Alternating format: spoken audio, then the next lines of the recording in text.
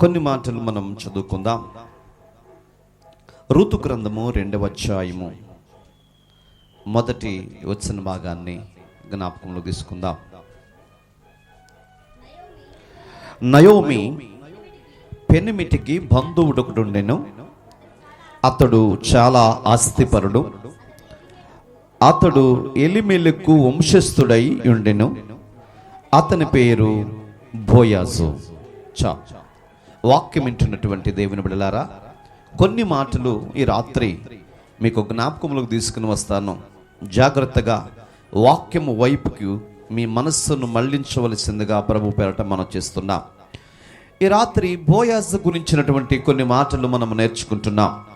బోయాజు అనగా మనం జ్ఞాపకం చేసినట్లయితే బలము లేక శక్తి అని అర్థం. బోయాజు అనగా బలము లేక శక్తి అని అర్థం. ఆ బలము శక్తి అనేది ఎక్కడి నుంచి బోయాజుకి అనుగ్రహించబడింది అని గనక మనం జ్ఞాపకం చేసుకున్నట్లయితే, తిమోతి రాసిన పత్రికలో అంటాడు, నా కుమారుడా, క్రీస్తు యేసునందున్న కృపచేత బలవంతుడువు కమ్ము అని మాటల రాస్తూ మనం వింటున్నాం. అంటే దేవుని యందు మాత్రమే మనం బలవంతులుగా ఉండగలుగుతాము తప్ప మరి లోకానుసారమైనటువంటి బలము అనేది మనకి ఉపయోగపడదు ప్రియులారా. చూడండి, ఎటువంటి వ్యక్తులైనప్పుడు కూడా కొన్ని రోజులకి వారిలో ఉన్నటువంటి శక్తి కోల్పోతూ మోకాళ్ళు నొప్పులో, కాళ్ళు నొప్పులో, తల నొప్పులో ఇలాంటివన్నీ కూడా వస్తూ ఉంటాయి. అంటే మన లోపల ఉన్నటువంటి శక్తి ఏమైపోతుంది? తగ్గిపోతుంది ప్రియులారా. అవును, నిజమే, శరీర సంబంధమైన శక్తి తగ్గిపోతుంది. కానీ ఈ బోయాజు అనేటువంటి వ్యక్తికి ఆత్మ సంబంధమైన శక్తిని దేవుడిచ్చాడు. ప్రతి వ్యక్తికి ఆత్మ సంబంధమైన శక్తి కావాలి, ఆత్మ సంబంధమైన బలము కావాలి. అది లేకపోతే దానిని బట్టి శరీరము కూడా బలహీనపరచబడుతూ ఉంటుంది. ఉదాహరణకి, ఒక వినకూడని మాట మనం విన్నప్పుడు, లేకపోతే మనకేదైనా ఒక సమస్య ఎదురైనప్పుడు, ఆ సమస్య శరీరానికా మనసుకా కలిగేది? శరీరానికి కలుగుతుందా? మనసుకు కలుగుతుందా? శరీరానికా? కాదు, మనసుకు కలుగుతుంది. సపోజ్ ఎవరైనా మనం తిట్టారనుకోండి, మనసు బాధపడిద్దా? శరీరం బాధపడిద్దా? మనసు బాధపడింది. మనసు బాధపడినప్పుడు శరీరం ఏం కోల్పోయింది అంటే శక్తి కోల్పోయింది. మనస్సుకు గాయమైనప్పుడు నా మనసు ఏం బాగలేదు అని అంటాం. ఇంకొకటి, ఈ మాట విన్న వెంటనే, అకస్మాత్తుగా ఆ మాట విన్న వెంటనే కాలు చెయ్య ఆటలేదు, నాకు అలా కూలబడిపోయాను అని అంటూ ఉంటాం అప్పుడప్పుడు. అంటే మనస్సుకు తగిలిన గాయమును బట్టి శరీరం ఏమైపోతుంది? బలహీనపరచబడుతుంది ప్రియులారా.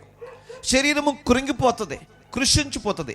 సేమ్ టైం మనం గమనించవలసిన విషయం ఏంటంటే, ఆత్మ బలంగా ఉన్నప్పుడు శరీరము కూడా బలంగా మారిపోతుంది. ఆత్మ అంటే మనస్సు ఒక ప్రశాంతతలో ఉన్నప్పుడు శరీరము కూడా ఆటోమేటిక్గా ప్రతి నరాలు యాక్టివ్లో ఉండిపోతాయి ప్రియులారా. అంటే ఇప్పుడు మనకి కావాల్సింది శరీరము ప్రాముఖ్యం కాదు, ఆత్మ ప్రాముఖ్యమైంది, మనస్సు ప్రాముఖ్యమైంది. మనస్సు అనేది ఎలా ఉండాలి? ప్రశాంతత కలిగి ఉండాలి ప్రియులారా. ఈ లోకంలో ఓ మనిషి ప్రశాంతంగా ఉండాలంటే, తన వెనకమాల పొలం ఉంటే ప్రశాంతంగా ఉండలేడు, తన వెనకమాల డబ్బులుంటే ప్రశాంతంగా ఉండలేడు, తన వెనకమాల భార్య ఉంటే ప్రశాంతంగా ఉండలేడు, పెళ్ళిళ్ళుంటే ప్రశాంతంగా ఉండలేడు. మరి ఎలా ఉంటే ఉండగలుగుతాడు? ప్రశాంతత అనేది దేవుని కృప ఒక వ్యక్తికి తోడుగా ఉంటే అతడు నిత్యము ప్రశాంతంగా ఉండగలుగుతాడు ప్రియులారా. దేవుడు ఆ వ్యక్తికి తోడుగా ఉంటే అతడు ప్రశాంతంగా ఉండగలుగుతాడు. ఎందుకంటే నా పక్షాన దేవుడు ఉన్నాడని. మనుషులైతే కొంతకాలమే మనతో పాటు ఉంటారు. అన్న, చెల్లి, అక్క, అమ్మ, కొడుకు, తల్లి, వీళ్ళందరూ కొంతకాలం ఉంటారు. ఆ తర్వాత ఈ లోకాన్ని విడిచిపెట్టి వెళ్ళిపోతారు ప్రియులారా. ఒంటరి వాడం అయిపోతాం మనం. ఈ ఒంటరి జీవితానికి ఎవరు కావాలంటే శరీర సంబంధమైన వ్యక్తులు కాదు మనకు కావాల్సింది.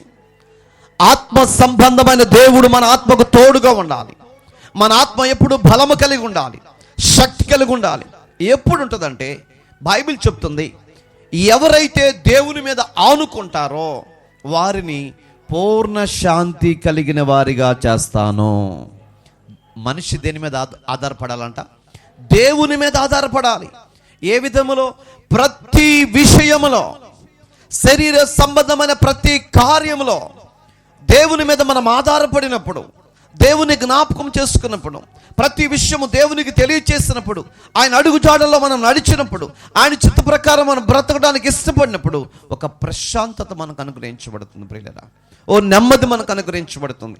ఆ ప్రశాంతత మనకు కలిగినప్పుడు అండి దేని గురించి భయపడం. ఎందుకంటే లోకమంతటిని సృష్టించిన సృష్టికర్త మన పక్షమునున్నాడు కాబట్టి దేనికి మనం భయపడము. ప్రశాంతత, నెమ్మది ఇవ్వగలిగిన దేవుడు మన పక్షాన ఉన్నాడు కాబట్టి దేనికి భయపడం ప్రియులారా.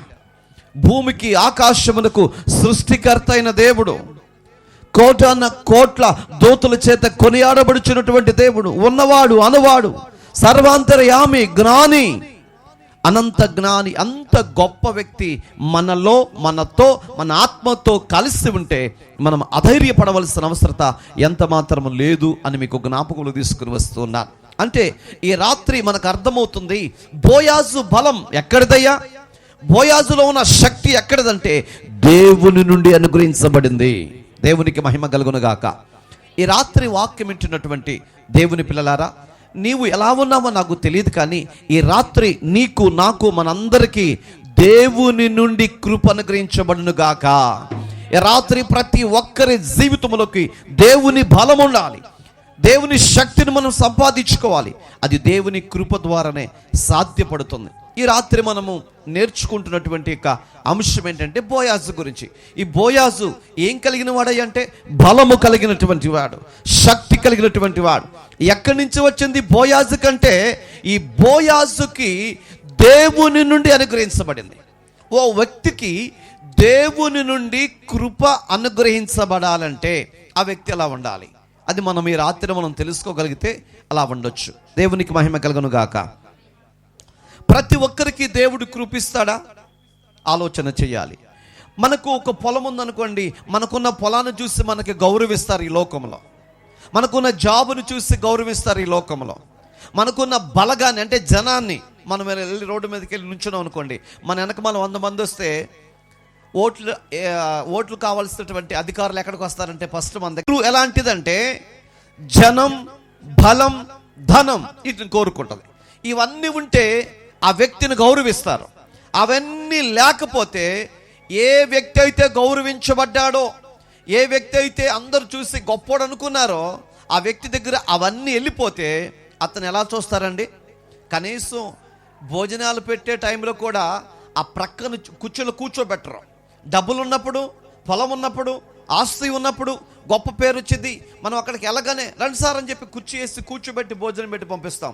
అవి ఏవి లేవనుకోండి, అంటే అనుభవించి అవన్నీ అయిపోయిన తర్వాత మనం ఎలా చూస్తారంటే ఓ పక్కన కూర్చో అన్నట్లుగా చూస్తారు. ప్రియులారా, మనిషి తత్వం అలాంటిది, మనిషి యొక్క మనస్సు అలాంటిది. అంటే ఈ లోకము కోరుకునేది ధనం, ఈ లోకము కోరుకునేది జనం, ఈ లోకము కోరుకునేది బలం, జనబలం, ధనబలం, ఖండబలం, వీటిని కోరుకుంటుంది. వీటితో మనం ఏం చేయగలుగుతామంటే ఇవన్నీ ఒక దినాన మనం దాటి వెళ్ళిపోతాయి, ఎప్పుడు మన దగ్గర ఉండవండి. చూడండి, జనం ప్రతిసారి మన వైపు ఉంటారా? ప్రతిసారి మన వైపు జనం ఎవరు ఉండరండి, మన ఇంట్లో వాళ్ళే మన వైపు ఉండరు. ఒక్కొక్కసారి అంటారు బయట వాళ్ళు కాదు ఇంట్లో వాళ్ళే నన్ను తిడుతున్నారు అంటారు, చూసారా? అంటే మన ఇంట్లో వాళ్ళే మన వైపు ఉండరు. రెండవది ధనం. కొన్ని సందర్భాల్లో మన దగ్గర ఉన్నటువంటి ధనం వేరే వాళ్ళ దగ్గరికి వెళ్ళిపోయింది. ఒక మాట నేను అడుగుతా, చూడండి, డబ్బు ముఖ్యమా, మాట ముఖ్యమా? మాటే ముఖ్యం. Very good. డబ్బు ముఖ్యమా, మాట ముఖ్యమా అని అడుగుతారు. అప్పుడు మనం ఏం చెప్తామంటే మాటే ముఖ్యమని అంటారు. మాట ముఖ్యం కాదు, డబ్బే ముఖ్యమని నేను అంటున్నాను. దేవునికి స్తోత్రం. ఎందుకంటే నా దగ్గర ఒక 100 రూపాయల నోట్ ఉంది. ఆ 100 రూపాయల నోట్ తీసి మీకు ఇచ్చా. అది 100 అయిద్దా, 50 అయిద్దా? 100. పక్కన వాళ్ళ దగ్గరికి వెళ్ళినా, ఎవరి దగ్గరికి పోయినా 100. మాట ఇస్తాం. ఎప్పుడు? పైత్యము పొంగినప్పుడు మాటిస్తూ ఉంటాం. మేమున్నాంలే, మేము చూసుకుంటాంలే, మేము చేస్తాంలే అని చెప్తాం. పైత్యం పొంగినప్పుడు అప్పుడప్పుడు ఉద్రేకాన్ని తట్టుకోలేక మాటిస్తూ ఉంటాం. ఆ ఉద్రేకం తగ్గిన తర్వాత అన్నానా అనే ఉంటాలే, తర్వాత చూద్దాంలే అంటారు. మాట ఏం పోయింది? మాట అయితే ఇస్తాం కానీ మాట నెరవేర్చలేం. డబ్బులు అయితే మన దగ్గర ఉన్న ఆ 100, పక్కన వాళ్ళ దగ్గర ఉన్న ఆ 100, ఎవరి దగ్గరికి పోయినా ఆ 100. ఇప్పుడు చెప్పండి, డబ్బు ముఖ్యమా, మాట ముఖ్యమా? మాటే మాట మీద ఆధారపడి నాశనం అయిపోతున్నారు. మాట ఇస్తున్నారు, మాట వెనక్కి తీసేసుకుంటున్నారండి. నేను ఎప్పుడు అన్నాను అంటారు, ఒకటే మాట. నేను ఎప్పుడు తిట్టాను అంటారు. ఎక్కడ సాక్ష్యాలు చెప్తే మనం కోర్టులోకి వెళ్తే అన్నీ అబద్ధపు సాక్ష్యాలే. ఒకటి నీతి కలిగినటువంటి మాట ఆడ కనబడదండి. మాట అనేది దేవునికి తప్ప మనిషికి పనికిరాదు. మనిషికి ముఖ్యమైనది డబ్బే. నీకు అర్థమవుతుందా? డబ్బులే మీకు కావాల్సిందే. ఓ సంగతి చెప్తా చూడండి. అనేది దేవునికి ఒక్కడికే. దేవునికి మహిమ కలుగును గాక. ఆయన వాగ్దానం ఇచ్చాడంటే వాగ్దానాన్ని నెరవేరుస్తాడు. మనిషి వాగ్దానాన్ని నెరవేర్చలేడు. మనిషి దేని మీద నిలబడతాడు? డబ్బులు ఇస్తే ఏదైనా చేసేస్తాడు. డబ్బుల కోసం, ధనం కోసం దొంగతనాలు జరుగుతున్నాయి. డబ్బుల కోసం దోచుకుంటున్నారు, దాచుకుంటున్నారు, లాక్కుంటున్నారు. ఎవరినే లెక్క చేయట్లా, ఏది పడితే చేస్తున్నారు. ఏది చేసినా ధనం సంపాదించుకోవటం కొరకే. ధనం ఏమైనా తింటారా? ధనం తినరండి, ధనంతో కొనుక్కుని తింటారు. అందుకని కోటి విద్యలు కూటి కోసం అన్నారు. ఎవరు ఏ పని చేసినా డబ్బుల కోసం. ఆ డబ్బులతో ఏం కొనుక్కుంటారు? ఆహార పదార్థాలు కొనుక్కుంటారు. వాటితో కడుపు నింపుకుంటారు. దేవునికి మహిమ కలుగును గాక. ఇప్పుడు లోకములో ఉన్నటువంటి విధానం ఏంటంటే ధనాన్ని నమ్ముతారు, మాటను నమ్మరు. ఎంత చెప్పేసే గురించి నమ్మరండి. ధనం ఇచ్చి చెప్తే ఎవరైనా నమ్మేస్తారండి. ధనం ముఖ్యం, బలగాన్ని ముఖ్యం, జనం ముఖ్యం అనుకుంటారు. ఇవన్నీ ఒక దినాన్ని వెళ్ళిపోతాయండి. కానీ దేవుని నుండి వచ్చే బలం, దేవుని నుండి వచ్చే శక్తి మనిషిని నడిపించింది. ప్రియులారా, మనిషిని ఎక్కడి వరకు నడిపించింది అంటే నిత్య రాజ్యం వరకు నడిపించగలిగేది దేవుడు ఒక్కడే. దేవునికి మహిమ కలుగును గాక. ఇప్పుడు ఈ యొక్క బోయాజుకి ఆ బలం, ఆ శక్తి, ఆ ఆదరణ ఎలా వచ్చింది అని అంటే ఆయన ఏం చేస్తుంటాడో మనకు తెలియాలి. 2వ అధ్యాయం 2వ వచనం. 2వ అధ్యాయం 2వ వచనం. మోయాబీరాలైన రూతు నీ సెలవైనడెలా నేను పొలములోనికి పోయి ఎవని కటాక్షము పొందగలనో వాని వెనుక పరిగి ఏరుకొందునని నాయోమితో చెప్పగా ఆమె నా కుమారి పొమ్మెనను. కాబట్టి ఆమె వెళ్ళి పొలములోనికి వచ్చి చేను కోయి వారి వెనుక పొలములో ఏరుకొనెను. ఆ పొలములో ఆమె పోయిన భాగము ఎలీమెలకు వంశస్థుడైన బోయాజు నది. దేవునికి మహిమ కలుగును గాక. ఇక్కడ మనం గమనించినట్లయితే రూతు, నయోమిలు మనకు కనబడుతున్నారు.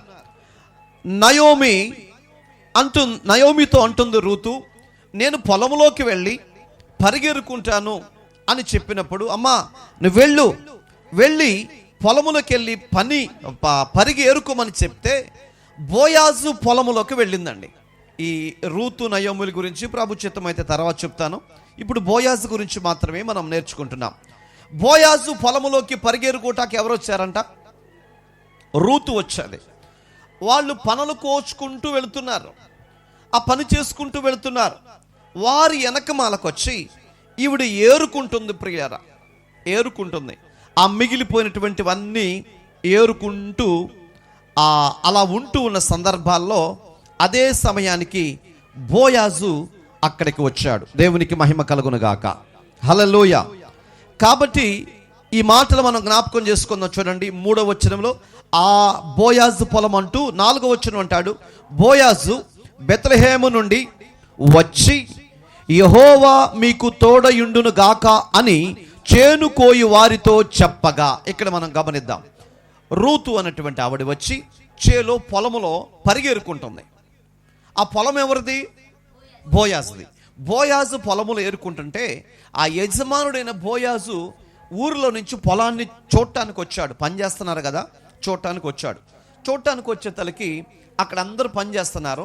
ఆ పని చేసే వారిని చూసి ఆయన ఏమంటున్నాడంటే, చేను కోయి వారిని చూసి ఏమంటున్నాడు? యెహోవా మీకు తోడయుండును గాక అని చెప్పాడండి. పొలం కోసే వాళ్ళ దగ్గరికి వచ్చి, వాళ్ళు ఎవరు? పని చేయటానికి వచ్చారండి. పని చేయటానికి వచ్చినప్పుడు వాళ్ళని ఏమనాలి? మా కాస్త జాగ్రత్త కోయండి, శుభ్రం కోయండి అని చెప్పి గద్దించాలి. లేకపోతే మేస్త్రితో చెప్పాలి, నీట్గా చక్కగా చేపించమని చెప్పాలి. అలాంటిది ఇలా ఏం మాట్లాడకుండా వారి దగ్గరికి వచ్చి అంటున్నాడు, దేవుడు మిమ్మల్ని దీవించును గాక అంటున్నాడండి. దేవునికి మహిమ కలుగును గాక. అంటే బోయాజు మనసు ఎలా కనబడుతుంది మనకి? ఒక ప్రశస్తమైనటువంటి వ్యక్తి, మంచి వ్యక్తి కనబడుతున్నాడు. చూసారండి?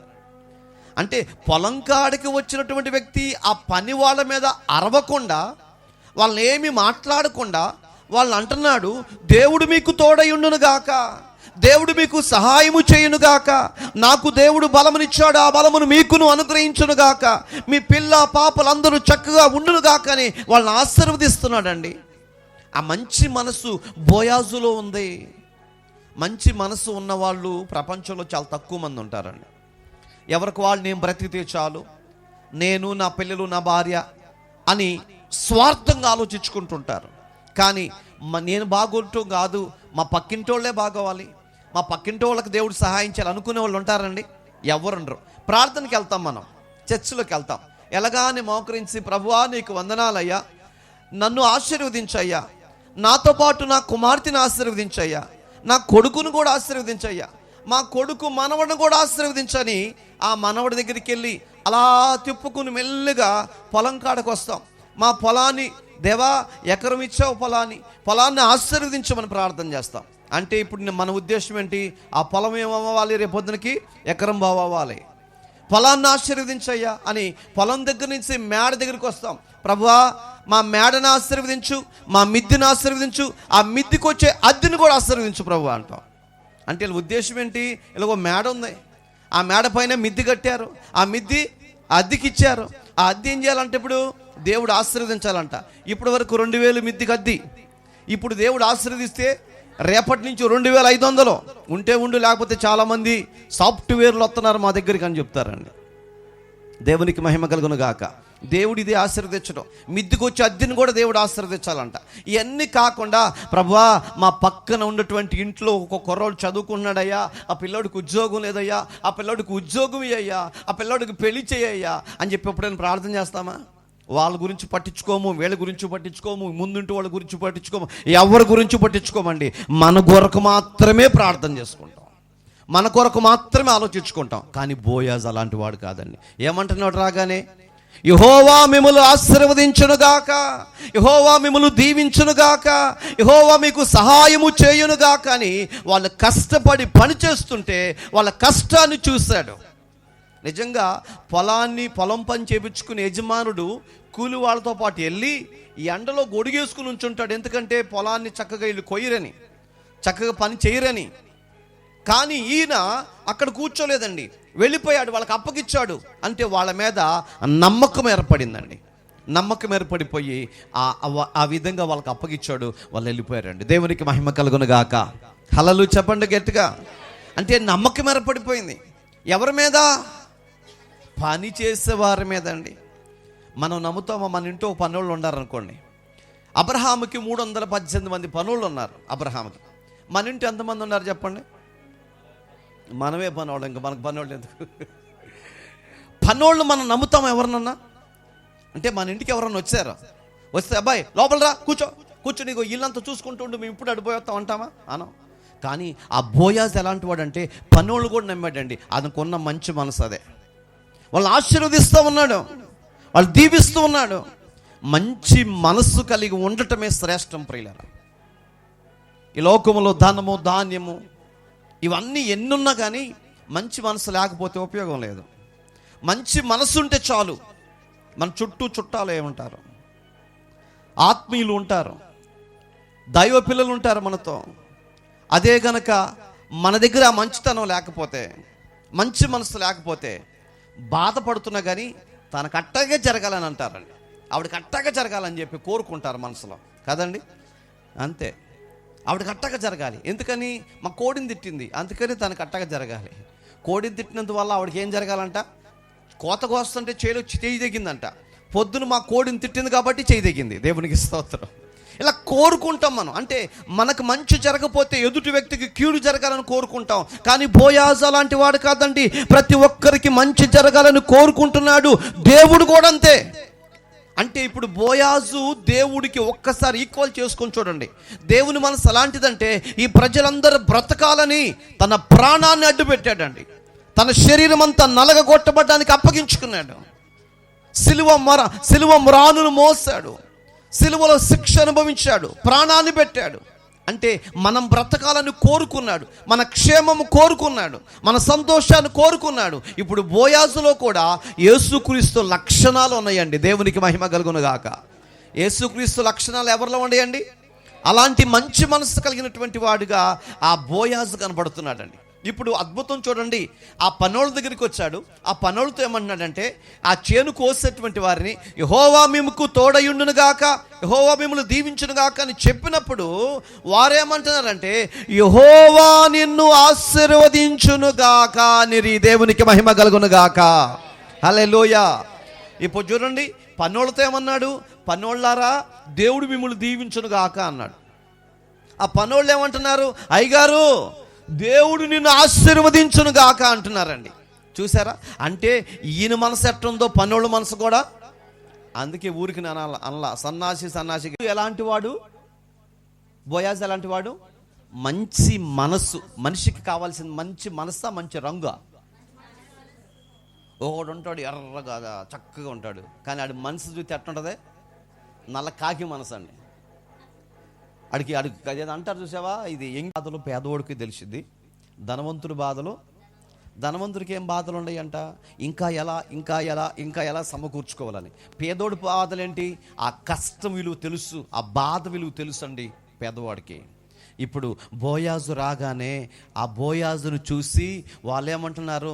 ఈయనేమో యెహోవా మీకు తోడుగా ఉండును గాక, యెహోవా మీకు సహాయం చేయను గాక అంటే వాళ్ళు వెంటనే లేచి నిలబడి, అయ్యా దేవుడు నిన్ను ఆశీర్వదించును గాక, దేవుడు నిన్ను ఫలింపు చేయును గాక అని చెప్పి వాగ్దానాలు పలుకుతున్నారు. అంటే ఈ బోయాజు దగ్గర పనిచేసే ప్రతి ఒక్కరు కూడా మంచి మనస్సు కలిగినటువంటి వ్యక్తులే. దేవునికి మహిమ కలుగును గాక. అంటే మంచి మనస్సు కలిగిన వ్యక్తి దగ్గర పనిచేస్తున్నారు ప్రియులరా. మన దేవుడు అంటే యేసుక్రీస్తు ప్రభువారు, ఆయన ఎలాంటి మంచి మనస్సు కలిగి ఉన్నాడో ఆయన పిల్లలమైన మనం కూడా ఏ మనసు కలిగి ఉండాలండి? మంచి మనస్సు కలిగి ఉండాలండి. ఇతరులకు మనం మేలు చేయకపోయినా పర్వాలేదు, కానీ కీడు అనేది ఎప్పుడు కూడా కోరుకోకూడదు. కీడు చేయటం కాదు, వాళ్ళకి అలా జరగాలి అనుకోకూడదు. మనం వాళ్ళకి సహాయం చేయలేకపోయినా అందరూ బాగుండాలని కోరుకోవాలి. అదే మంచితనం ప్రియులరా. ఆ మంచే మనకి ప్రతిరోజు తోడుగా ఉంటుంది ప్రియులరా. మనం అనేక మందికి మంచి చేస్తామనుకోండి, మన చుట్టూ ఉన్నటువంటి వాళ్ళు మనకు చేయకపోయినా తెలియనటువంటి వ్యక్తులు కూడా మనకు సహాయం చేస్తారు. ఎందుకంటే నీకున్న మంచి మనసును బట్టి. అందుకే పెద్దోళ్ళు ఒక సామెత చెప్పారు. ఏమన్నారంటే, నోరు మంచిదైతే ఊరు మంచిది. నోరు మంచిది, ఊరు మంచిది అంటే మన మంచి మనసు కలిగిన వాళ్ళమైతే ఏ ఊరు వెళ్ళినా గబక్కను మనం కూర్చోబెట్టి మాట్లాడతారు, కాస్త మంచినీళ్ళు ఇస్తారండి. అదే మనం నోరు మంచిది కాదనుకోండి, ఏ ఊరు పోయినా మనం సైకోని చూసినట్టు చూస్తారు. అందుకనే మన నోరు ఎలా ఉండాలి? మంచిదై ఉండాలి. అందుకని మనం ఏం చేయాలంటే, పొద్దున్నే మనము లేవాలి, గ్లాసుడు మనసు అండి, బాధపడే మనసు అండి, ప్రేమించే మనసు అండి. అలాంటి మంచి మనసులు దేవుని కొన్నది, బోయాజు కొంది. ఇప్పుడు ఈరోజు వాక్యం వింటున్నటువంటి నీకు, నాకు, మనకు కూడా ఉండాలండి. చదవండి 5వ వచనం. అప్పుడు బోయాజు కోయువారి మీద ఉంచబడిన తన పనివారిని చూసి, ఈ చిన్నది ఎవరని అడిగాడు. ఇప్పుడు చూడండి, జాగ్రత్తగా వినండి. బోయాజు వచ్చాడు, ప్రభు మిమ్మల్ని దీవించును గాక అన్నాడు. వాళ్ళు అంటనే లేచారు, అయ్యా యెహోవా మిమ్మల్ని ఆశీర్వదించును గాక అన్నారు. వీళ్ళిద్దరు సంపాదించుకున్నారు, చక్కగా మాట్లాడుకున్నారు. మాట్లాడుకున్న తర్వాత మళ్ళీ కోత కోయటం ప్రారంభిస్తే బోయాజు నుంచుని ఉన్నాడు. ఆ బోయాజు నుంచునున్న తర్వాత ఆ కోసేవారి వెనకమాల ఒక ఆవిడ పరిగెరుకుంటుంది. ఎవరావిడ? రూతు నయోమి అత్తగారు. ఆ అత్తగారు కోడలు అన్నమాట ఈవిడ. వచ్చి పరిగెరుకుంటా ఉంటే ఇప్పుడు అంటున్నాడు, పనివారితో అంటున్నాడు, అయ్యా ఎవరు అమ్మాయి, ఈ చిన్నమ్మాయి ఎవరు పరిగెరుకుంటుంది అని అడిగాడు. అప్పుడు వాళ్ళు లేచి ఏం చెప్పారంటే, అయ్యా ఈ అమ్మాయి మన బంధువురాలే, ఆవిడ మనకు దగ్గర సంబంధమే. ఎవరంటే ఆవిడ అంటే అక్కడ చెప్తున్నాడు, చదవండి. ఈమె మోయాబు దేశము నుండి తిరిగి వచ్చిన మోయాబురాలైన యవనురాలు. ఆమె, నేను కోయువారి వెనుకకు పనల మధ్య ఏరుకుని కూర్చుకున్నటకు దయచేసి నాకు సెలవిమ్మని అడిగాను. ఆమె వచ్చి ఉదయం మొదలుకొని ఇది వరకు ఏరుకొనుచుండెను. కొంతసేపు మాత్రమే ఆమె ఇంట కూర్చుండి నేను చెప్పాడు. దేవునికి మహిమ కలుగును గాక. అలా అంటున్నారు, ఆ కోసేటువంటి వాళ్ళు అంటున్నారు, అయ్యా ఈవిడి నయోమి కోళ్ళయ్యా, రూతు ఈవిడ ఉదయాన్నే మా దగ్గరకు వచ్చింది. ఉదయాన్నే మా దగ్గరకు వచ్చి కొంచెం మీ చేలో ఏరుకుంటాను, దయచేసి నాకు సహాయం చేయమని అడిగింది. అప్పుడు మేము కాదనలేకపోయాము. కాదనలేక సరే ఏరుకో అమ్మా అని చెప్పాము. ఆవిడ పొద్దున్న నుంచి ఏరుకుంటానే ఉంది, అసలు అలసట పడల. కొద్దిగా సమయం మాత్రమే అట్లా కూర్చుంది, తర్వాత మళ్ళీ లేసి ఏరుకుంటానే ఉందయ్యా అని చెప్పారు. దేవునికి మహిమ కలుగును గాక. అప్పుడు ఈ బోయాజ్ ఏమనాలి, మీరెవరు చెప్పడానికి? నా పొలం, నా పనులవి, నా పనుల మధ్య తను ఏరుకోవటం ఏంటి, నన్ను అడగొద్దా పర్మిషన్ అని అనలేదండి. మీరు మంచి పని చేశారు. ఏంటి, ఆ అమ్మాయి ఏరుకోవటానికి మీరు సహాయం చేశారని వాళ్ళు మెచ్చుకున్నాడు ప్రియులారా. అంటే వీళ్ళకి తెలుసు బోయాజు మనసు ఏంటో, అందుకని వీళ్ళు ఏం చేశారు, ఏరుకో అని చెప్పారు. బోయాజు గనక మంచి మనసు కలిగిన వాడు కాకపోతే ఏం చెప్పేవాళ్ళు అంటే, అమ్మా ఆ యజమానుడు వస్తాడు, ఆయన మామూలుడు కాదు, మంచివాడు కాదు, ఆయన పోట్లాడతాడమ్మా, ఇక్కడ వద్దు, వేరే చోటుకి వెళ్ళి ఏరుకో అని చెప్పేవాళ్ళు. ఆయన మనస్సు ఎవరికి తెలుసండి, పని వాళ్ళకి తెలుసండి. అందుకనే మంచి వ్యక్తి అమ్మ ఆయన ఏమనడమ్మా, కాబట్టి నువ్వు ఏరుకో అని చెప్పారండి. ఆవిడ ఏరుకుంటా ఉంది. అప్పుడు ఆ మాటలు బోయాజుతో చెప్పినప్పుడు, అప్పుడు బోయాజు 8వ వచనంలో, అప్పుడు బోయాజు రూతుతో ఏమంటున్నాడంటే, నా కుమారి. చూడండి ఎంత చక్కగా అంటాడు. ఆ ఏరుకున్న అమ్మాయి దగ్గరికి వచ్చాడండి. ఇంతకుముందు ఎక్కడికి వెళ్ళాడు, ఆ కోసే వాళ్ళ దగ్గరికి వెళ్ళాడు, దేవుడు మిమ్మల్ని దీవించును గాక అన్నాడు. ఇప్పుడు పరిగెరుకున్న అమ్మాయి దగ్గరికి వచ్చాడు. పరిగెరుకున్న అమ్మాయి దగ్గరికి వచ్చి ఏమంటున్నాడంటే, నా కుమారి నా మాట వినుము, వేరొక పొలములో ఏరుకోటకి పోవద్దు చెప్తున్నాడు. అమ్మా నా మాటను, నేను ఒక మాట చెప్తాను నీకు, ఈ పొలాన్ని దాటి వేరొక పొలంలోకి వెళ్ళబాక. ఎందుకు వెళ్ళకూడదు, అందరూ మంచి వ్యక్తులు కాదు, అందరూ ఒకలాంటి మనసు కలిగిన వాళ్ళు ఉండరు. యజమానులైనటువంటి వాళ్ళు చాలా రాక్షస స్వభావం కలిగిన వాళ్ళు ఉంటారు. కాబట్టి ఈ పొలాన్ని విడిచి నువ్వు ప్రక్కకి వెళ్ళొద్దు, నీకు అపాయం వచ్చింది, నువ్వు యవనస్తురాలు కాబట్టి నీకు ప్రమాదం జరిగే అవకాశం ఉంది. కాబట్టి ఈ పొలాన్ని విడిచి వేరొక పొలంలోకి వెళ్ళి మాత్రం ఏరుకోవద్దు అని చెప్పాడండి. దేవునికి మహిమ కలుగును గాక. ఇలా ఎవరైనా చెప్తారండి, మంచి మనసు కలిగిన వాడు కాబట్టి చెప్పాడండి. వేరే చోటకి వెళ్ళొద్దు, ఇక్కడ ఏరుకో, మంచి వేరొక పొలంలోకి నువ్వు పోవద్దు అని చెప్తూ, ఆ తర్వాత దీనిని విడిచిపోవద్దు, ఇచ్చట నా పనికేత్తల వద్ద నువ్వు నిలకడగా ఉండు. ఇదిగో నా పనులు ఉన్నారు, పనిచేస్తున్నారు, వాళ్ళ మధ్య ఇక్కడే ఉండి ఇక్కడే పరిగెరుకుని ఇక్కడే సమకూర్చుకో అని చెప్తూ వచ్చాడు ప్రియులారా. తర్వాత వారు కోయు చేను కనిపెట్టి వారిని వెంబడించుము, నిన్ను ముట్టుకొనకూడదని యవనస్తులకు ఆజ్ఞాపించి ఉన్నాను. నీకు దాహమగునప్పుడు కుండల యొద్దకు పోయి పనివారు చేతిన నీళ్లు త్రాగమని చెప్పాడంట. అక్కడ పనిచేసే వాళ్ళందరితో చెప్తున్నాడు ఏమని, ఈ అమ్మాయిని జాగ్రత్తగా చూసుకోండి, మనం నమ్ముకొని వచ్చింది, మన పొలంలో పనులు ఏరుకుంటుంది. రెండవ మాట, ఆమె మోయాబు పట్టణానికి వెళ్ళి నష్టపోయి వచ్చింది అని చెప్తున్నాడండి. నిజంగా రూతు అనేటువంటి తను ఏంటంటే తన భర్తతో కూడా మోయాబు పట్టణానికి వెళ్ళింది. అనుకోకుండా ఆ భర్తకి రోగం వచ్చి చచ్చిపోయాడు యవ్వన కాలంలో. తిరిగి తన ఇంటికి వెళ్ళిపోకుండా ఆ అత్తతో పాటు వచ్చేసిందండి. అందుకని అంటాడు, ఈవిడ చాలా నష్టపోయి ఇచ్చింది, చాలా బాధలో ఉంది, కాబట్టి ఆమెను మీరు జాగ్రత్తగా కనిపెట్టుకుని ఉండండి, ఆమెకు దాహమైనప్పుడు దాహం ఇవ్వండి అని చెప్పి ఆ పని వాళ్ళతో చెప్తున్నాడు. ఈవిడితో చెప్తున్నాడు, అమ్మ నువ్వు ఎక్కడికి పోవద్దు తల్లి, ఇక్కడే చక్కగా ఏరుకో, నీళ్లు తాగు, ఇవే పొలంలోకి వెళ్ళొద్దు, మా పొలములో ఎన్నైతే పొలములు ఉన్నాయో ఆ పొలముల్లోని నువ్వు పని ఏరుకోమని చెప్పాడండి. 10వ వచనం చదువుదాం. అందుకు ఆమె సాగిలపడి తల వంచుకొని ఏమి తెలిసి పరదేశి అయిన నాయందు లక్ష్యముంచునట్లు నీకు కటాక్షము కలిగెను అని చెప్పగా, బోయాజు నీ పెనిమిటి మరణమైన తర్వాత నీవు నీ అత్తకు చేసినదంతయు నాకు తెలిసింది. దేవునికి మహిమ కలుగును గాక. ఆవిడ అంటుంది, అయ్యా ఇంత దయ చూపిస్తున్నావు నా మీద, ఇంత ప్రేమ చూపిస్తున్నావు, ఈ పనుల మధ్య ఏరుకోమంటున్నావు, మా పొలంలోనే ఏరుకోమంటున్నావు, మీ అదే మీ వర్క్ చేసే వాళ్ళందరితో కూడా చెప్పావు కదా, ఎందుకు నా మీద అంత ప్రేమ నీకు అని అడిగిందండి. అడిగే తల్లికి అప్పుడు చెప్తున్నాడు, అమ్మా నువ్వు మోయాబు ప్రాంతంలోకి వెళ్ళి యవ్వన కాలంలోనే నీ భర్త చనిపోతే నువ్వు తిరిగి మీ ఇంటికి పుట్టింటికి వెళ్ళిపోకుండా అత్తను కనిపెట్టుకుని అత్తతో పాటు వచ్చి వృద్ధాప్యములో ఉన్నటువంటి అత్తకు సేవ చేస్తున్నావు చూసావా, ఆ నీ మంచి మనసును నేను చూశాను అన్నాడండి. దేవునికి మహిమ కలుగును గాక. ఈవిడ ఏంటంట, పుట్టింటికి వెళ్ళిపోకుండా ఎక్కడికి వచ్చిందండి, అత్త వృద్ధాప్యములో ఉందని ఆమెకి పరిచర్య చేయటానికి వెనక్కి వచ్చేసిందండి. చచ్చిపోయిన తర్వాత, వాళ్ళ భర్త చనిపోయిన తర్వాత అత్తతో పాటు ఉండిపోయింది, తనకు సేవ చేస్తూ ఉంది. అదే అంటున్నాడు, నీ అత్తగారికి నువ్వు సేవ చేస్తున్నావు చూసావా, అది చూశాను, నీకు ఎటువంటి మంచి మనసు ఉంది కాబట్టి అది నాకు తెలుసు అని చెప్పాడు. దేవునికి మహిమ కలుగును గాక. అది జరిగిన తర్వాత ఏమంటున్నాడు 11వ వచనంలో, నీవు నీ తల్లిదండ్రుల నీ జన్మభూమిని విడిచి ఇంతకు ముందు నువ్వు ఎరుగని జననము దగ్గరకు వచ్చితివి, యెహోవా నువ్వు చేసిన దానికి ప్రతిఫలమిచ్చును, ఇశ్రాయేలు దేవుడు యెహోవా రెక్కల క్రింద సురక్షితముగా ఉండునట్లు నీవు వచ్చితివి. ఆయన అంటున్నాడు, నీ జన్మభూమిని విడిచిపెట్టావు, ఎక్కడ పుట్టావో ఎక్కడ పెరిగావో, నీ తల్లి నీ తండ్రిని నీ దేవుడు దేవత అనబడుచున్న వాళ్ళందరిని విడిచిపెట్టి వచ్చి ఇదిగో నయోమి దగ్గరకు వచ్చేసావు, తన కుమారుని పెళ్లి చేసుకున్నావు. కానీ అది అర్ధంతరంగా ఆయన చనిపోయాడు.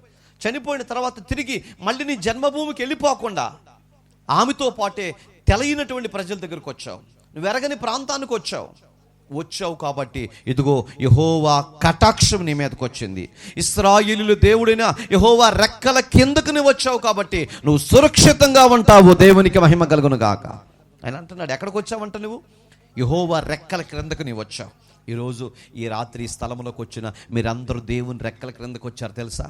దేవునికి దయ కిందకి మీరు వచ్చారండి, అంటే సురక్షితమైనటువంటి ప్రాంతంలో మీరు ఉన్నారండి. దేవుని కాపుదల మీ పైన ఉంది, దేవుని కనికరం మీ పైన ఉందని ఈరోజు మీకు జ్ఞాపకంలో తీసుకుని వస్తున్నాను.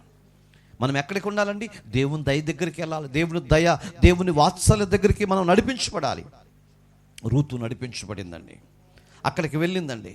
చక్కటి మాటలు అంటున్నాడు చూడండి, ఆ మాటలు చదువుదాం. ఆయన నీకు సంపూర్ణమైన బహుమానం ఇచ్చునని ఆమెకు ఉత్తరం ఇచ్చును.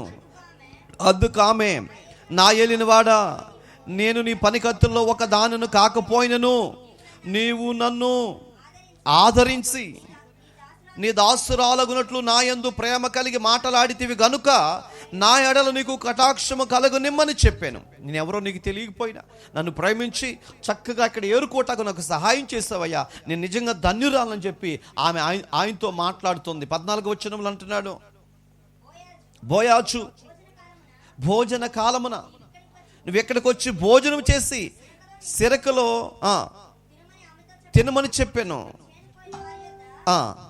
ఇవన్నీ కూడా మీరు తర్వాత చదువుకోండి ప్రియులరా. ఆమెతో అంటున్నాడు, అమ్మ నీకు ఆకలి అయినప్పుడు వచ్చి చక్కగా ఇక్కడే భోజనం ఉంది, పని వాళ్ళ కొరకు సిద్ధపరిచాం, ఆ భోజనం నువ్వు తినొచ్చు, చక్కగా మంచినీళ్ళు తాగొచ్చు, నువ్వు పనిలో అవన్నీ కూడా ఏరుకోమని చెప్పాడు ప్రియులరా. ఎంత ప్రేమ చూపించాడు. ఇప్పుడు మనకు అర్థమవుతుంది బోయాజు ఇలా ప్రేమ చూపించడానికి, బోయాజు పనివారిని ప్రేమించడానికి బోయాజులో ఉన్నటువంటి 7 లక్షణాలు ఏంటో మీకు చెప్పి నేను ముగిస్తాను, దయచేసి జాగ్రత్తగా వినండి. బోయాజు మొదట దేవుని యందు భయభక్తులు కలిగిన వాడు. మొదటి మాట, బోయాజులో ఉన్న లక్షణాలు ఏంటి, దేవుని యందు భయభక్తులు కలిగినటువంటి వాడు. అంటే ఈరోజు భక్తి చేస్తున్న ప్రతి ఒక్కరికి దేవుడు అంటే ఏముండాలి, భయము భక్తి ఉండాలి. ఈ భయభక్తులు లేకపోతే మనం ఎంత చేసినా, ఏ పూజ చేసినా వృధా, దండగా. భయభక్తులు కలిగినటువంటి వారమై ఉండాలి. ఇప్పుడు మన పిల్లలు ఉండారు, మనం అంటే భయపడతలేదు అనుకోండి, మనకు బాధ అనిపించిందా, బాధ అనిపించింది. తండ్రి కూడా అంతే, తండ్రి పిల్లలు మనం, దేవుని పిల్లలు మనం. దేవుని పిల్లలమైనటువంటి మనము దేవునికి భయపడితే ఆయన మనకి ఎంతైనా చేస్తాడు, ఏదైనా చేస్తాడు. చూడండి, మొదటి మాట దేవుని యందు భయభక్తులు కలిగిన వాడు. రెండవది సహాయము చేసే మనస్సు కలిగినటువంటి వాడు బోయాజు. ఏ మనసు అండి ఆయనకు ఉంది, సహాయం చేసే మనసు. ఎవరికి ఉంది ఈ మనసు, యేసుక్రీస్తుకు ఉంది.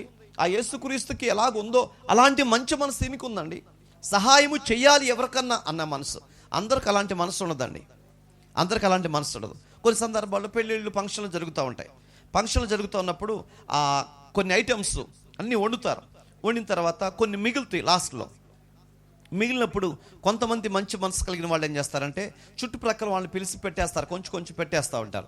కొంతమంది ఏం చేస్తారంటే సాంబార్ మాత్రమే పంపిస్తారు, ఎందుకంటే సాంబార్ రేపొద్దునికి చెడిపోయేది కాబట్టి. ఈ రైస్ తీసుకెళ్ళి ఫ్రిడ్జ్లో పెట్టుకుంటారు, ఆ తర్వాత స్వీట్ పెడతారు, ఆ స్వీట్ డీప్ ఫ్రిడ్జ్లో పెడతారు, వారం రోజులు పడి తినడానికి అనమాట. ఈ విధంగా కొన్ని ఐటమ్స్ మొత్తం లోపల ఫ్రిడ్జ్లో దాచిపెట్టుకుని ఒక 4 రోజులు 5 రోజులు 6 రోజులు మెల్లమెల్లగా తింటారు. ఎందుకు ఇలా చేస్తున్నారంటే బయట వాళ్ళకి పెట్టడానికి మనసు ఒప్పక. వీళ్ళే ఒక 4 రోజులు ఫ్రిడ్జ్లో దాచుకుని తింటారు. తిన్న తర్వాత ఒక వారం రోజులు ఆగిపోయిన తర్వాత ఎక్కడ కనపడతారంటే హాస్పిటల్లో కనపడతారు. ఏందమ్మా నువ్వు హాస్పిటల్లో ఉన్నావంటే, ఏమి లేదు, మొన్న ఫంక్షన్ జరిగింది కదా, ఆ ఫంక్షన్లో కష్టపడి పని చేసి అని చెప్తారు. కానీ ఫ్రిడ్జ్లో ఉన్నది తిని అని మాత్రం చెప్పరండి. పనిలో కష్టపడి చేసి హాస్పిటల్ పాలయ్యానని చెప్తారండి. ఒట్టిదే. బయట వాళ్ళకి పెట్టడానికి మనసు ఒప్పక వీళ్ళే దాచుకుని తినేస్తారండి. ఇది ఒక బ్యాచ్ ఉంటుంది. కొంతమంది ఏమో కొంచెం మెట్రా బాబు అంటే దోసి పెట్టేస్తా అంటారు, ఇంట్లో ఉన్నది మొత్తం దోచి పెట్టేస్తారు. ఆఖరికి లాస్ట్లో పిల్లలకు కూడా లేకుండా చుట్టుపక్కల వాళ్ళకి పెట్టేస్తారు. అంటే మంచి మనసు చాలా ప్రాముఖ్యమైంది. దేవునికి మహిమ కలుగును గాక. ఎలాంటి మనసు అంట? సహాయం చేసే మనసు. కొంతమంది బాధలు పడుతుంటే ఎవరు సహాయం చేయరు. అలో ఇక్కడ చూడండి, కొంతమందికి సహాయం చేద్దామని మనసు, అది అట్టపోతే నాకెందుకులే, నేను నా పిల్లలు శుభ్రంగా ఉంటే బాగుంటుంది అనుకుంటారు. కొంతమంది ఏంటి, అయ్యో పాపం అని సహాయం చేస్తూ ఉంటారు. ప్రియులారా, రెండవ మనసు ఏంటంటే సహాయం చేసే ఆ మనస్సు కలిగినటువంటి వాడు. మూడవది, రూతును ప్రేమించాడు ఆయన. అంటే తనను పరిగెరుకుంటున్నటువంటి వ్యక్తిని ప్రేమించాడు. పరిగెరుకుంటున్నటువంటి వ్యక్తులు అంటే మనకు ఉదాహరణకు అర్థం అవ్వాలంటే, ఎవరన్నా మనకి భిక్షం అడుక్కుంటాకు వచ్చారనుకోండి, భిక్షం అడుక్కుంటాకు వచ్చినప్పుడు వాళ్ళని ప్రేమించి, బాబు రా కూర్చో, ఈ ప్రక్కన కూర్చొని భోజనం చేసేయాలి అంటామా? అనలేమండి. ఆయనకి పెట్టాల్సింది సద్దనమో ఉడుకోనమో ఏదో ఒకటి కొంచెం పెట్టేసి వెళ్ళిపోమని చెప్పి పంపించేస్తామే. కానీ ఇదిగో రా ఇక్కడ కూర్చో అని కూర్చుని తినేళ్ళయ్యా అని అనేవాళ్ళు ఎవరైనా ఉన్నారంటే కొంతమంది ఉంటారు. అయ్యా ఎండలో ఎందుకు రా ఇక్కడ కూర్చో, నేను కూర్చో, కాస్త మంచిని కూడా ఇస్తాను తాగు అని చెప్పిస్తారు. వాళ్ళని చూసినప్పుడు కొంచెం చీరలు, పాత చీరలు అంటే బట్టలు అంటే అలా కొన్ని ఇవ్వాలని మనసు అనిపించింది. మనకున్న వరదగా పాడైపోతే ఆయనను ఉపయోగించుకుంటాడని కొంతమందికి మంచి మనసు ఉంటుంది. ప్రియరా, ఆ మంచి మనస్సును బట్టి మనం ఇవ్వటానికి అవకాశం ఉంటుంది. అలాగే ఈ రూతును తను ఏం చేశాడంటే ప్రేమించాడు. అయ్యో పాపం ఏరుకుంటుంది కదా అని చెప్పి ఆమె కొరకు భోజనాన్ని ఇచ్చాడు, నీళ్ళు ఇచ్చాడు. ఎక్కడ ఏరుకోమ్మా అని చెప్పాడు. అంతేకాకుండా ఇంకో మాట ఏం చెప్పాడు తెలుసా? ఒక సీక్రెట్ చెప్తాను, ఇది ఎవరికి చెప్పకండి పిల్లలు, ఎవరికి చెప్పకాకుండా ఒక మంచి సీక్రెట్ చెప్తా. బోయాజు ఆ పనుల దగ్గరికి వెళ్ళి ఏమని చెప్పాడంటే, అయ్యా మీరు పనులు కోసుకుంటూ వెళుతున్నారు కదా, అక్కడ కాస్త వదిలిపెట్టి వెళ్ళిపోండి. ఎందుకయ్యా అని అడిగారు. ఎందుకంటే ఆ పనులు తను ఏరుకునిద్ది అన్నాడు. ఒక చోట పని పెట్టకూడదా? ఒక చోట పని పెడితే తను తీసుకోదు. ఎందుకని? మనమేదో దయ చొప్పున ఇచ్చినట్టు, ప్రేమ చొప్పునప్పుడు ఇచ్చినట్టుండేది, స్వార్థంతో ఇచ్చినట్టుంటుంది. అట్ట కాకుండా కొంచెం కోసేటప్పుడే కొంచెం అక్కడ కొంచెం అట్లా వదిలిపెట్టుకుంటూ వెళ్ళిపోండి అన్నాడు. వాళ్ళు అట్లా వదిలిపెట్టుకుంటూ వెళ్ళారు. ఈవిడేమో చక్కగా ఆ దొరికిన అన్నింటిని కూడా ఏరుకుంటూ వెళ్తుంది. అంటే ఈయనలో ఎంత మంచి మనసు ఉంది. ఇప్పుడు ఎవరు ప్రేమించాడండి? ఈవిడ రూతుని ప్రేమించాడు. ఈరోజు రూతు స్థానంలో మనమున్నాం. ఆదరణ కొరకు మనం ఎదురు చూస్తున్నాం. మనం దేవుని చేత ప్రేమించబడాలి. ఇక 4వ మాట చూస్తే, పనివారిని ఆశీర్వదించే మాటలు మాట్లాడాడు. ఎవరు ఈ మాటలు మాట్లాడరు, కానీ ఈ యొక్క బోయాజు మాత్రమే పనివారిని ఏమంటున్నాడంటే, దేవుడు మీకు తోడుగా ఉండునుగాక అనేటువంటి మాటలు మాట్లాడాడు. తండ్రి, ఎంత మంచి మనసు ఆయనకుందో ఒకసారి ఆలోచన చేయండి. పనివారిని సైతము ప్రేమించాడు, పనివారిని సైతము ఆశీర్వదించమని ప్రార్థన చేశాడు. అంటే మనకంటే తక్కువ స్థాయిలో ఉన్న వాళ్ళైనా, మన ఇంటి పక్కన వాళ్ళైనా, ఎవరి కోసమైనా సరే మనం ఏం చేయాలంటే ప్రార్థన చేయాలి. అందరిని కూడా ప్రేమించాలి. కొంతమంది ఏంటంటే ఉన్నతమైన స్థాయిలో ఉన్న వాళ్ళని ప్రేమిస్తారు, తక్కువ స్థాయిలో ఉన్న వారిని పట్టించుకోరు. అలా ఉండకూడదండి. మనుషులు అందరూ ఒక్కటే, అందరిని మనము ప్రేమించాలి. అలాంటి ఆశీర్వాదకరమైన మాటలు మాత్రమే మన నోట రావాలి. కొంతమంది మాటలు మాట్లాడతారు, ఇలా నాశనం అయిపోవాలి, అలా నాశనం అయిపోవాలి అంటుంటారు. అలా నాశనం అయిపోకూడదండి. మన మాట అలా మాట్లాడకూడదు. కొంతమంది కొడుకును కూడా తిడతారు, ఇలా అలా నాశనం అయిపోవాలని. మన మాటలు ఎలా ఉండాలంటే మంచి మాటలుగా ఉండాలి. దేవునికి స్తోత్రం. ఎలాంటి మాటలు ఉండాలంటే మన నోట మంచి మాటలు ఉండాలి. మరి మీ మాటలు అట్లా ఉండి ఒకసారి చూసుకోండి. కోపం వచ్చినప్పుడు ఒక రకంగా ఉంటాయి, కోపం రానప్పుడు ఒక రకంగా ఉంటాయి. అట్లా కాదు. ప్రతి క్షణంలో కూడా మన మాటలు ఎలా ఉండాలంటే మంచిగానే ఉండాలి. ఎదురువానికి గాయం కలిగేలాగా ఉండకూడదండి. చిన్న చిరునవ్వుతో మాట్లాడితే అందరు నవ్వుతారు, కోపంతో చూస్తే వాళ్ళు కూడా కోపంతో చూస్తారు. కాబట్టి మనం ఎలా చూద్దాం? ఇప్పుడు కోపంతో చూద్దాం. దేవునికి మహిమ కలుగును గాక. ఇటు మనం చూస్తే ఆ పనివారితో మాట్లాడే తీరు చాలా బాగుంది. 5వ మాట మనం చూడగలిగితే, తన పవిత్రతను కాపాడుకున్నాడు. బోయాజు ఏం చేశాడండి? తన పవిత్రతను కాపాడుకున్నాడు. ఆ అమ్మాయి ఒంటరిగా వచ్చింది కదండి, ఆ అమ్మాయిని తీసుకెళ్ళి తను ఏదైనా చేయొచ్చు. ఎందుకంటే బంధువురాలు ఒకటి, రెండవది ఆ అమ్మాయికి దిక్కు లేదు అక్కడ, అంటే మగ దిక్కు లేదు. ఆ అమ్మాయి తరపున ఎవరు వచ్చి కూడా నిలబడి ఈ అమ్మాయికి ఎందుకు అన్యాయం చేసామని అడగటానికి ఎవరు లేరండి. ఒంటరి మహిళ అక్కడ. అలాంటి వ్యక్తిని తను ఏమైనా చేయొచ్చు, కానీ అలాంటి వ్యక్తి కాదండి ఈయన తన పవిత్రత తను కాపాడుకున్నాడు. ఆమెకి సహాయం చేశాడే కానీ ఆమె నుంచి ఏం కోరుకోలేదండి. ప్రతి వ్యక్తి తన పవిత్రత తాను కాపాడుకోవాలి. 6వ మాట మనం చూస్తే, ఆమెను ఏమని పిలుస్తారంటే కుమారి అని పిలిచాడు. మా ఎట్రా అని పిలవలా, ఓయ్ ఎట్రా అని పిలవలా, ఎలా పడితే అలా పిలవలా. చక్కగా అమ్మా కుమారి నా దగ్గరికి వచ్చి నిలబడమని చెప్పాడండి. అంటే పిలిచే పిలుపు కూడా, ఆమె వాళ్ళిద్దరి మధ్య ఉన్నటువంటి ఒక ప్రత్యేకమైన సంబంధం కూడా శ్రేష్టంగా ఉంది ప్రియులరా. ఎలా పడితే అలా పిలవలేదు ఆమెని. అమ్మా కుమారి, నా కుమార్తె ఇక్కడికి రా అని చెప్పి పిలిచాడు. ఎంత చక్కగా ఉందో మనకి అర్థమవుతుంది. 7వ మాట మనం చూస్తే, చివరికి అదే రూతుకి అండగా నిలబడ్డాడు. దేవునికి మహిమ కలుగును గాక. ఏ అమ్మాయిని అయితే ప్రేమించాడో, ఏ అమ్మాయికైతే సహాయం చేశాడో, ఏ అమ్మాయి మనసు అయితే ఎరిగాడో, అదే అమ్మాయికి ఆదరణగా నిలబడ్డాడు. అంటే ఆ అమ్మాయిని ఈ అబ్బాయి పెళ్లి చేసుకున్నాడండి. దేవునికి మహిమ కలుగును గాక. ఎంత ఆస్తి ఉందండి, పొలమంతా అయిందే, పేరుందా, మంచి పేరు. యూదులలో, ఇశ్రాయేలులో గొప్ప వ్యక్తి అండి ఈయన. మంచి మనసు కలిగిన వాడు. పెద్ద ఇల్లు ఈయనకున్నాయి, పెద్ద గుడారాలు ఈయనకున్నాయి, చాలా ఆస్తులు ఉన్నాయి. ఇలాంటి వ్యక్తి ఎలాంటి అమ్మాయిని పెళ్లి చేసుకోవాలి? మంచి అమ్మాయిని చూసి పెళ్లి చేసుకోవాలి. కానీ ఈ అమ్మాయి ఎలాంటి అమ్మాయి అండి? ఆల్రెడీ పెళ్ళయింది, భర్త చనిపోయాడు, ఆదరణ లేదు, ఎవరు లేరు, ఒంటరి అమ్మాయి అండి. అలాంటి అమ్మాయికి ఎవరు లేరు కాబట్టి నేనుంటానని ఆ అమ్మాయిని పెళ్లి చేసుకున్నాడండి. దేవునికి మహిమ కలుగును గాక. ఎంత మంచి మనసు ఉందో ఇప్పుడు చెప్పండి. అంటే బోయాజులో 7 లక్షణాలు శ్రేష్టమని. 1, దేవుని యందు భయభక్తులు కలిగిన వాడు. 2వది, సహాయం చేసే మనసు కలిగిన వాడు.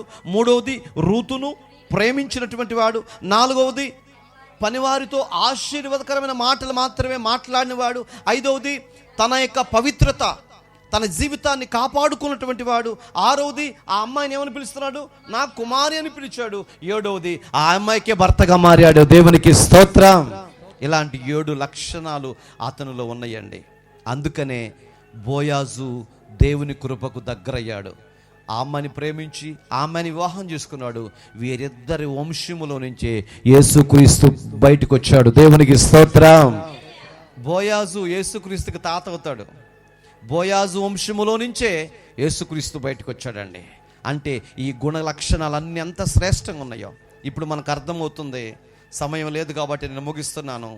బోయాజుకున్న శ్రేష్టమైనటువంటి లక్షణాలన్నీ కూడా ఎవరు కలిగి ఉండాలి? మనం కలిగి ఉండాలండి. మనకు ఉండాలి. ఆ మంచి మనసు మనకు ఉండాలి. ఆ ఇతరులకు సహాయం చేసే మనసు మనకు కలిగి ఉండాలి. ఇతరులు ప్రేమించే మనసు మనం కలిగి ఉండాలి. ఎలా పడితే అలా మాట్లాడటం, ఎలా పడితే అలా దూషించడం, ద్వేషించడం ఇది కరెక్ట్ కాదు ప్రియులరా. మంచి వ్యక్తులకు దేవుడు ఎప్పుడు మంచే చేస్తాడు. ఎవడు తీసుకున్న గుంటలో వాడే పడిపోతాడు. మనం కొన్ని సందర్భాల్లో మాట్లాడుతూ తిడుతూ ఉంటాం, ఇష్టం వచ్చినట్లు. అలా తిట్టకూడదు, మాట్లాడకూడదు. ఎలా పడితే అలా మాట్లాడేస్తూ ఉంటారు ప్రియులరా. మన ఇష్టం కాదండి. ఈ భూమి మీద దేవుడు మనకి జీవితాన్ని ఇచ్చాడు, బ్రతికిచ్చాడు. ఆ బ్రతుకును కాపాడుకోవాల్సిన అవసరత మనపైన ఉంది. మన జీవితాన్ని మనమే కాపాడుకోవాలి. కొన్ని సందర్భాల్లో క్షణమాత్రం కోపం వచ్చింది. అప్పుడప్పుడు మనకి ఏమొచ్చింది చెప్పండి, ముగిస్తా చెప్పండి. అప్పుడప్పుడు మనకేమొచ్చింది? కోపం వచ్చింది. కోపం వచ్చినప్పుడు ఎవరి మీద కోపపడతాం? పక్కింటి వాళ్ళ మీద కోపడితే ఒప్పుకుంటారా? ఒప్పుకోరు. ఈదరింటి వాళ్ళ మీద కోపడితే వాళ్ళు ఒప్పుకోరు. అందుకనే భార్య భర్త మీద, భర్త భార్య మీద, ఈ భార్య భర్తలు ఇద్దరు కలిసి పిల్లల మీద, పిల్లలు తల్లిదండ్రుల మీద ఈ కోపం అనేది ఇంట్లోనే తిరుగుతూ ఉంటుంది, బయటికి మాత్రం పోదండి. ఒకసారి అంటుంటారు, నాకు కోపం వచ్చిందంటేనా ఇంటి ముందు టెంట్ పడిద్ది అంటారు. ఒక్కసారి నేను గనక చీ అనుకున్నానంటే ఇంటి ముందు టెంట్ పడిద్దంట. భార్య అంటుందండి తన భర్తతో, చీ అనుకున్నానంటే ఇంటి ముందు టెంట్ పడిద్దంట. ఎప్పటి నుంచి? చిన్నప్పటి నుంచి ఈ మాట అంటాను ఉంటుందండి. పక్కింటిగా టెంట్ పడిద్ది, ఈ పక్కింటిగా టెంట్ పడిద్ది, ఎదురింటిగా టెంట్ పడిద్ది, ఇంటి వెనకాల టెంట్ పడిద్ది, ఈ ఇంటి దగ్గర మాత్రం పడదు. ఈవిడ ఫస్ట్ నుంచి నేను అనుకున్నానంటే చాలు ఇంటి ముందు టెంట్ పడిద్ది అని చెప్పిద్ది. అంటే అనుకుంటే చచ్చిపోయిద్దంట. అప్పుడు ఇంటి ముందు టెంట్ వేస్తారంట. ఇంటి చుట్టుపక్కల టెంట్లు వేసారు, ఈవిడ మాత్రం చచ్చిపోవటం మన ఇష్టం అండి, మన ఇష్టం కాదండి, అది దేవుని చిత్తం, దేవుని ఏర్పాటు. భూమి మీద ఎంతకాలం బ్రతకాలో ఆయన ఇష్టం. అప్పుడు దాకా నువ్వు టెంట్ వేస్తానంటే అటు కుదిరిది కుదరదు. ఆ టెంట్ వేసే సమయానికి ఎవడు దాన్ని ఆపలేడు. దేవుని స్తోత్రం. టెంట్ వేయటం గొప్పతనం కాదు, టెంట్ పీకటం గొప్పతనం. టెంట్ వేయటానికి అందరూ వస్తారు, అయ్యో పాపమని. ఆ తర్వాత ఆ ప్రోగ్రాం అయిపోయిన తర్వాత ఎవరికి దారి వెళ్ళిపోతాడండి. ఆ ఇంటోడు ఒక్కడే దాన్ని టెంట్ పీక్కోవాలి. అదే టెంట్ వేయటం గొప్పతనం కాదు, బ్రతికి సాధించడం గొప్ప విషయం. చచ్చిపోవటం కాదు, బ్రతకాలి, సాధించాలి. ఓర్పుతో, నేర్పుతో, ప్రేమతో, సహనంతో, మంచితనంతో అందరిని ఆకట్టుకుంటూ బ్రతికి అనేకులకు దీవెనకరంగా మారాలి. అది బ్రతుకంటే, అది మంచి జీవితం అంటే. మనం బ్రతకటం ముఖ్యం కాదండి, మన చుట్టుప్రక్కల ఉన్నటువంటి వాళ్ళందరూ కూడా బ్రతకాలి. బ్రతికాము, చనిపోయామంటే ఏం అర్థం ఉందండి? మన వల్ల అదిగో పలానా వ్యక్తి వల్ల నాకు సహాయం జరిగింది అని మన వల్ల అనేకులకు దీవెన కావాలి, ఆశీర్వాదం కావాలి. అందుకే దేవునికి సహాయం చేస్తాడు. ప్రియులారా, మంచి మనసు కలిగి ఉందాం. బోయాజు లాంటి సహాయం చేసే మనసు కలిగి మనం జీవిద్దాం. దేవుడి మాటలు మీ వినికిడిలో దీవించును గాక. ఆమేన్. తల్ల వంచు.